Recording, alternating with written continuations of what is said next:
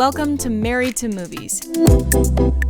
Industry insiders John Russell and Tracy Kring live and work happily in cinematrimony. They're sharing behind-the-scenes adventures of writing, producing, and appreciating films. Good morning, babe. Good morning. I'm cold. I know, and you're in a bad mood.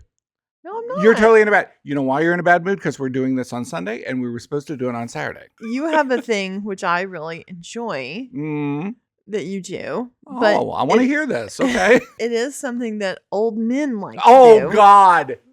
See? You like see, to watch, it already started. Sunday mornings on CBS or whatever. I do CBS Sunday morning. Yeah, you like that because it's like newsish, but without, but with a smile. It's pleasant. But if we do the podcast on Sunday, I mean, it's like stories. It means we can't have a chill. It's Sunday about morning. stories about like manatees, and I do enjoy CBS Sunday morning. We get it. Okay, we heard.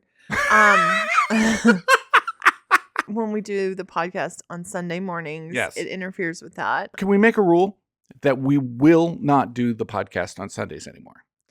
Okay, fine. Okay, we should make that rule. Friday or Saturday? Handshake.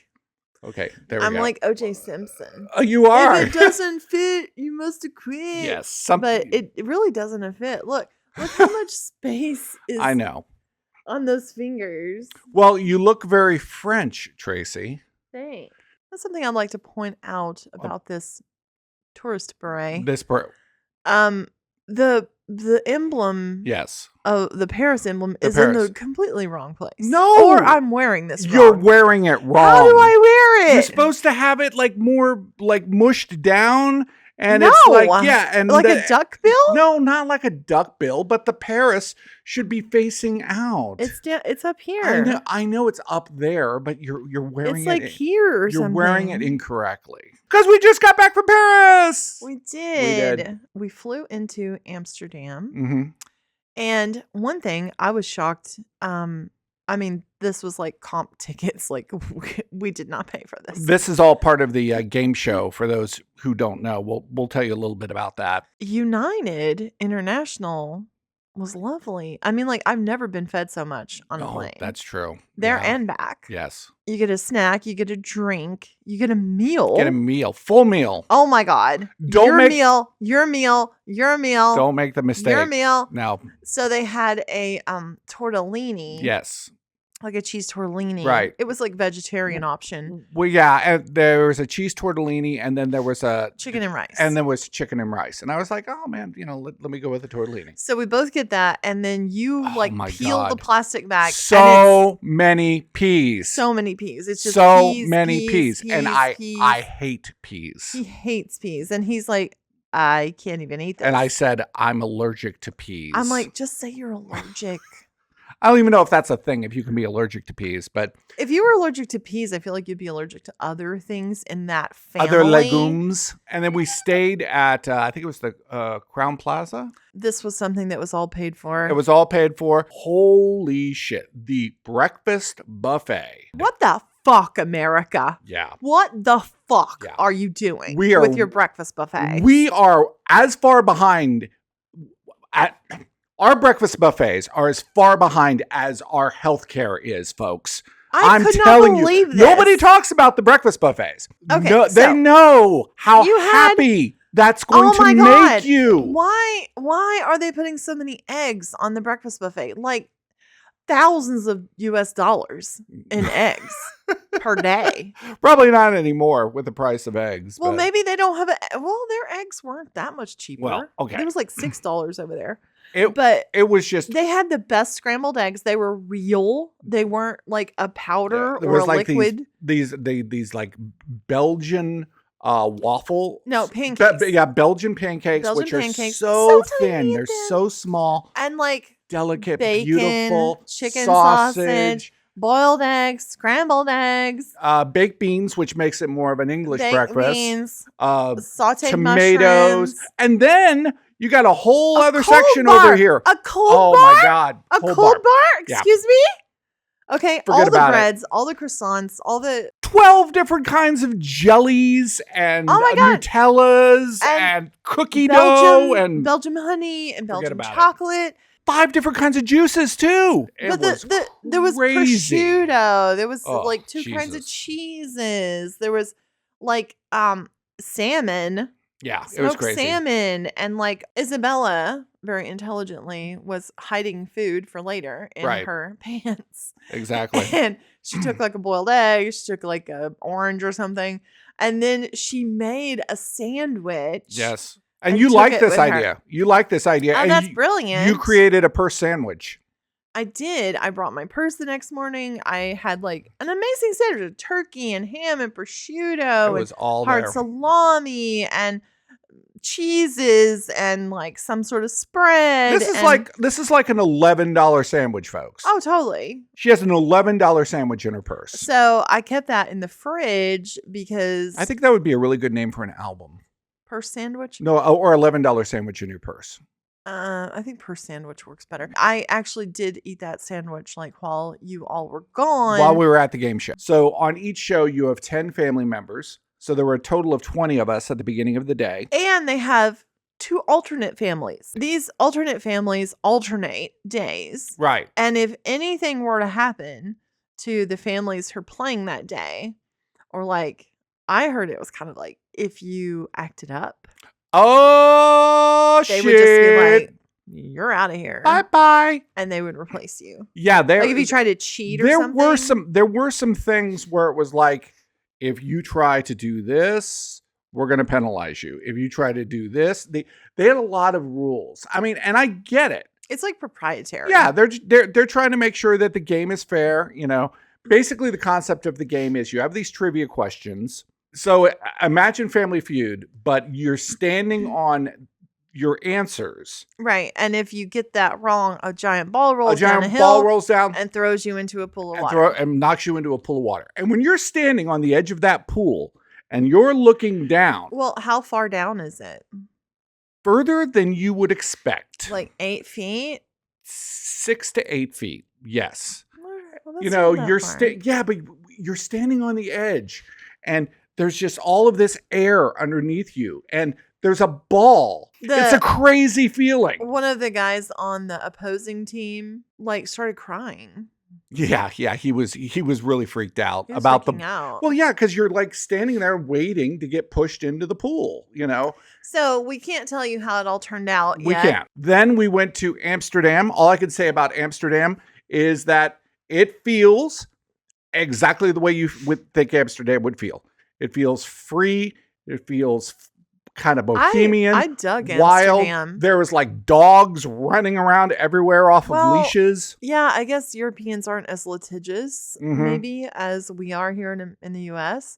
Amsterdam was very cool. Then we went to Paris. My brother just did an incredible job of setting this up. He planned all the extra activities, which was... He got us an Airbnb. Yeah, it was great. That was so close to everything.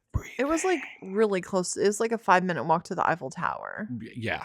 I mean, that was amazing. I mean, it was incredible how close we were. At either end of our street was like amazing patisseries. Just the best pastries you've ever had in your life. So good. They have us on healthcare. They have us on breakfast buffets, but we may have them on this. What? Coffee. Something has happened where a company has gotten like aggressive. Evil company. Aggressive about pushing their machines. An antichrist company. They're everywhere. And like you're paying for it. Like you could have that in your house. Right. It's like some sort of. You just push a button and it makes a latte. It makes a cappuccino. That is awesome. The fact that happens. If it was at my house, that's awesome. But like at the buffet, but they're doing it everywhere. You're paying. You're at a coffee shop. $4.50. You're at a coffee shop and they're just like ding, ding, ding. And that's it. The machine is making it. Is this happening at Starbucks too? I don't go there. I don't think so. I don't go to Starbucks. I don't believe in that. Being in Europe, really in Paris. Right.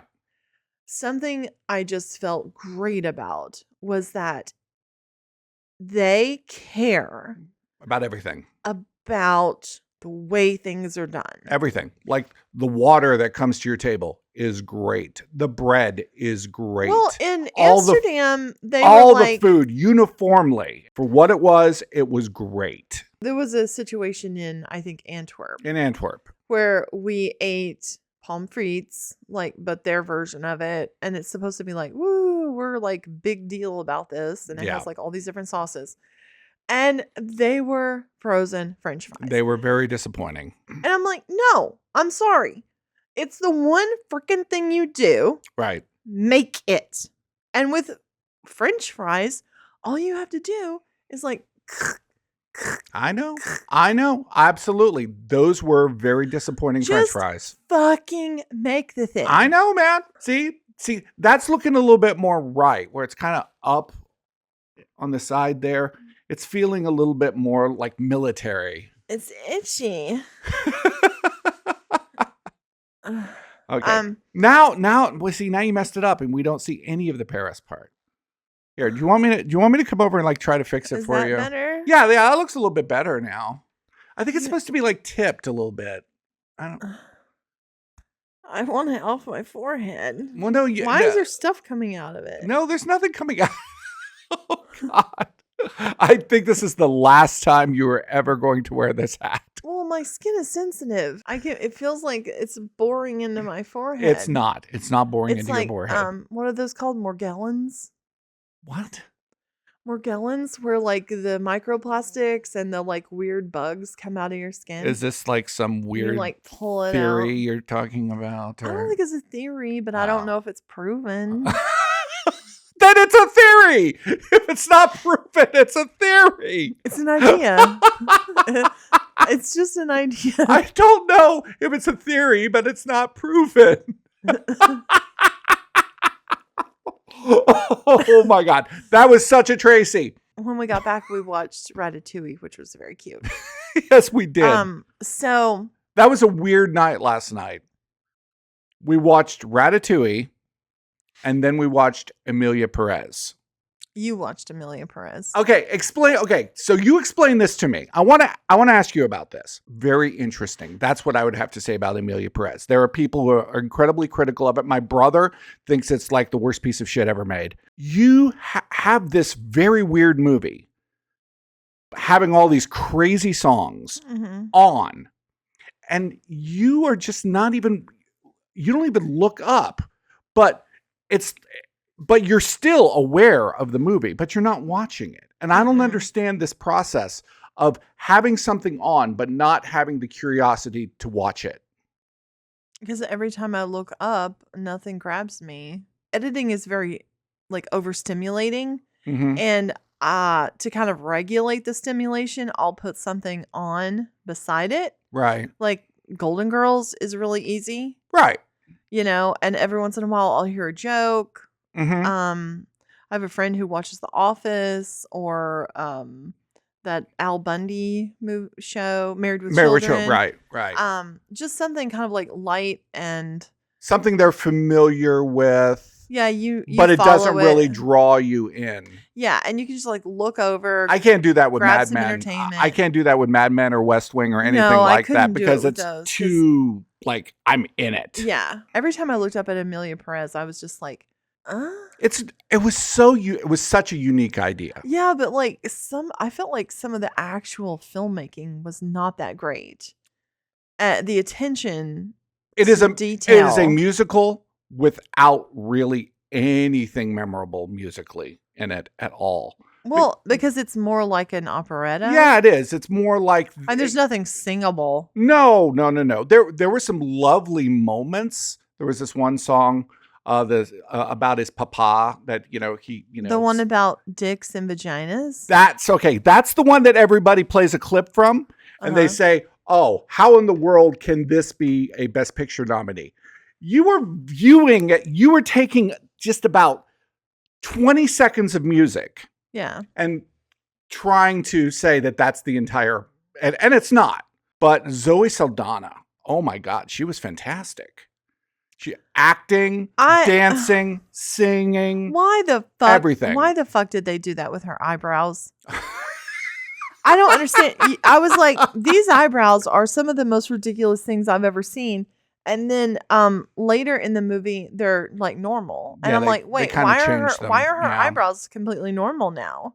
Yeah. And you're like, well, time passed. I'm like, time passed? And that's how we showed it was her eyebrows? It was almost like a Spanish soap opera musical. Yeah, I was getting like certainly. Yeah, I mean it's like telenovela, really, really over the top and ridiculous. Yeah, telenovela vibes. On the way home, we watched The Heretic on the plane. Oh yeah, we did. I told you I did not want it to be like Wikipedia arguments about religion. It felt, and it was like a collection of Instagram stories. Yeah. Like, here's a story about the origin of Monopoly. Here's a story about how there's that dude Jesus who does has that. the same kind of backstory as all of these other characters, like Ramses and blah, blah, blah. It was like I had seen 7 or 8 of the ideas in the movie online already. And it was just like a collection of those. Yes. I don't know. I really enjoyed Hugh Grant, like, as a bad guy. I thought that everybody in it was uniformly good. It was very kind of goofy and sleuthy and a bit like the movie Barbarian. But Barbarian is a far better movie. Way better. Yeah, I was pretty disappointed. There's one more thing that we did in Paris besides eat, look at art, and sleep. You went to the thrift store. Yes. With the other ladies. You got this shirt. Yes. This is the one thing that I got was I went into the dressing room and I was changing and I took something off, and in the bottom of the basket that someone had left in the dressing room, they had left a pair of sunglasses. And I took them and came back to our Paris flat and I gave them to you. That's all that happened. People say I stole these sunglasses. You didn't. I did not steal these sunglasses. I did not steal these sunglasses. Okay, let me just change the item. Okay. Yes. So. Yes. You walked into a dressing room and someone left their iPad. Well, I would have turned the iPad in. Okay. I would not have taken someone's iPad. Well, that would be ridiculous. Because that would be ridiculous. If you took someone's iPad, they can just say it was stolen and they can lock it and it's completely useless to you. I think they do look really good on me. We were discussing, did he steal them? Did he not steal them? I did not steal them. You certainly didn't turn them in to the lost and found. They were lost and you found them. I like them. Yeah. But I was like, look, I mean, they are kind of heavy. Yeah, they're but like they're pretty if you nice. Look at the sides of them, I'm like, oh, I mean, I see these all the time. They're just like Versace knockoffs. They're like Versace knockoffs. With a little it's like emblem and stuff. Like it's just a knockoff. And then I'm like, $15 sunglasses. Oh, fuck, Versace made in Italy. They're not knockoffs. It's quite possible that those are Versace sunglasses. No, they are. I did not steal those sunglasses. Well, you certainly didn't pay for them. Is this a felony? No, or it's is not. It a petty theft? It's not. It would probably be petty theft. Oh, so you do think it was theft? No, it's not theft. It's like when you go out on a boat and you're in international waters and anything you find in the water belongs to you. Are people watching this show Paradise? Paradise is so good. It is so good. This last episode. Look, I've seen a lot of end of the world stuff. Okay. And most of it, it's just kind of like, that's ridiculous. That's cheesy. That doesn't even make any sense. It's just disaster porn. This version of the end of the world felt so freaking real. Yeah. Because it was like this domino effect. It wasn't just one thing. It was like 5 things happened all at the same time that just, I mean, we were fucked. I mean, just there was nothing that could be done. And boy, James Marsden, there's a guy, I think we talked about him on another show. Boy, there's a guy that needs to get his flowers. Bianca was our director of photography, and she was a friend of Anthony for very many years. Mm-hmm. They've worked on other projects together. She is just a badass. Yeah. In kind of every way. She's actually in my phone as Bianca Badass. She's just crazy. Just her whole vibe. Cool, of collected. No, control. I don't think you can. Such a beautiful eye for the camera. I don't think you can shake her. She just kind of like. If she's ever been shaken, I haven't seen it. I was watching an interview with Robert Eggers, mm-hmm. and he was talking about Nosferatu, and he was basically poo-pooing the idea of happy accidents. He likes to plan very everything. Regimented, yes. Everything is regimented. Uh-huh. Everything is set up. Mm-hmm. And I love, his work, but it has a sterile feeling to it. It has an artificiality to it. He is, I heard somebody say that Robert Eggers is the Wes Anderson of horror. Yeah, I agree. I do. No, there's rarely a feeling that someone isn't just stepping into the frame mm-hmm. to be there. Our film really was looking for were to place people in amazing locations. If you have somewhere Bianca beautiful, knew how to get the best looking thing out of where we were shooting. Yes. And lighting. Oh my God, she's brilliant at lighting. There were things in Amelia Perez that I was like, Bianca would never let that pass. Yeah, I would agree with that. That would have flipped her out. Yeah. It was raw. It was very raw. But there's literal mistakes. Yeah. Independent filmmakers, like I've always said, have to be better. There are people who say that Amelia Perez is an independent film too. Okay. That's that definition of what makes something independent. No. I will say about Bianca, it was, she was a star, and she just did incredible work and very, very easy to work with. Yeah. Very collaborative. She was always like, she had an idea, but she would come to you and go, well, what's your idea? How do you see the scene? You show up, you look at the space, you look at what's going on. Right. You kind of start imagining like what's the best spot for something. It's a process of discovery. She was great at imagining out like the compression of action into the scenes where like you have a shot of the windows, we see the snow, the car's coming, we see the other character outside, and then the character walks to the window. Such a great shot. And it's like all three things that needed to happen are happening, but it's not too much shooting of coverage to get all of that action. Right.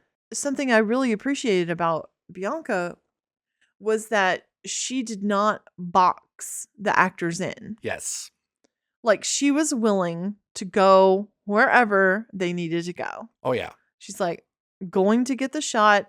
She let them be free to move. Well, we talked about her crawling in the sand at White Sands. Yeah, but sometimes, it's like, okay, well, you have an hour to shoot this. Yeah. And you're just kind of like, okay, everybody sits down. Like that's the fastest way to get this done. Right. Everybody sits down in this scene. Yeah. But like Bianca never did that. No. She was like, no, we'll get it. We'll get the coverage and we'll let them be themselves. Absolutely. And let them move. And we're going to make sure they have areas of lighting.